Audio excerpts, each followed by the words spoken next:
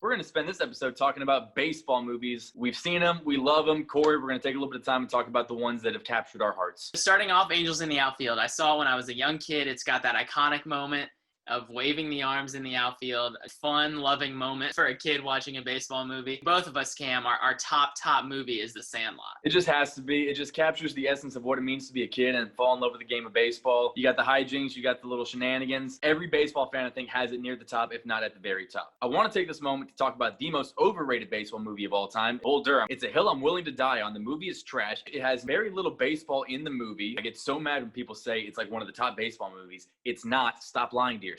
And I can't lie to myself because I have not seen Bull Durham and I have not seen Field of Dreams. I will publicly admit that here on this program. And last but not least, got to give some love to the last baseball movie that's been nominated for an Oscar, Moneyball, giving us an all-time Jonah Hill gif. And our favorite quote maybe of all time, how can you not be romantic about baseball?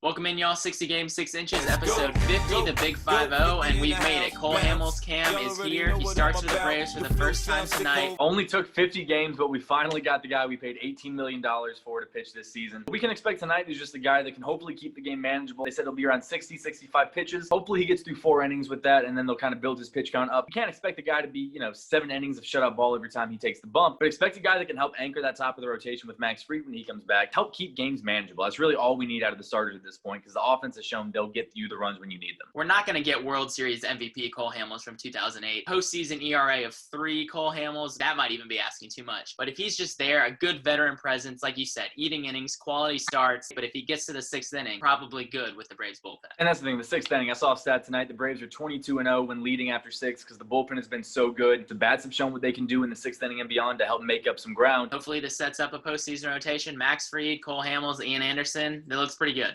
We're going to have some fun this episode and talk about one of our favorite things from childhood. We're talking a little backyard baseball and what the game would look like if they were still making it today in 2020. Which players today we would have liked to see in this game. So we'll start with the pitcher. I feel like you got to go Shohei Ohtani because you want a guy that can hit and pitch. That dual threat is really key in this game. And catching Shohei, I got JT Realmuto, best catcher in the game right now. Going to first base, I feel like Freddie Freeman with the year he's having. He's one of those big, tall kids that you can have fun with in this game. Freddie has those big brother vibes. And at second base, little brother, Ozzie, perfect for the backyard game. Little guy, big skills, big chain too. Over at third base, give me Nolan Arenado. Dude can hit, can field. And maybe the easiest choice of this whole lineup is Fernando Tatis, MVP candidate, young star in San Diego. And then in the outfield, we had way too many starters to choose from, but I'll start in left field, Mookie Betts. Pretty good guy. He's a guy that can hit, run, and field. Perfect for backyard baseball. Yeah, the outfield's pretty stacked when you're listing Ronald Acuna Jr. and Mookie Betts second. Ronald is my next guy. You got to finish off with the best player in baseball. Can't leave Mike Trout out of this game. We would hit a lot of home runs in Steel Stadium if we were playing that team right there.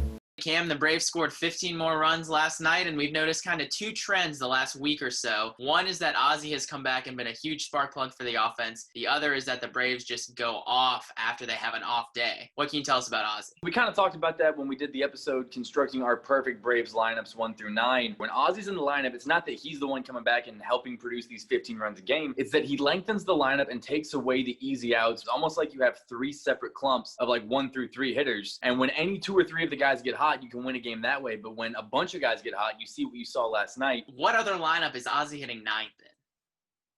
They seem every now and then to kind of get in these little slumps. Ronald starts to strike out a lot. Freddie maybe looks a little bit tired. And then they have an off day. They get to kind of reset, relax. And then it just seems they go off. So the Braves have scored 55 runs in their last 7 games on days after off days. They actually don't have an off day until the season ends. So look out for the Braves in game 1 of the playoffs. Maybe they'll score 10, 12, 13, 14 runs.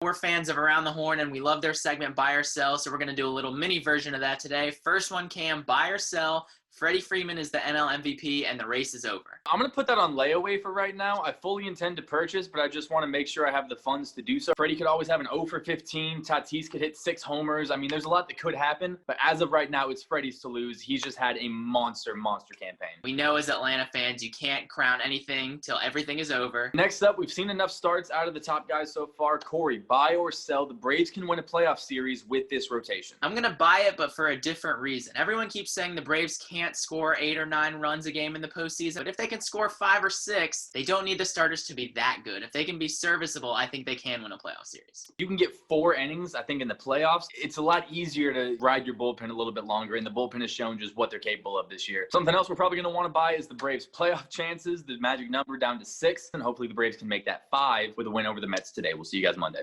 We have 1 week left in the season. It's been 1 week since you looked at me.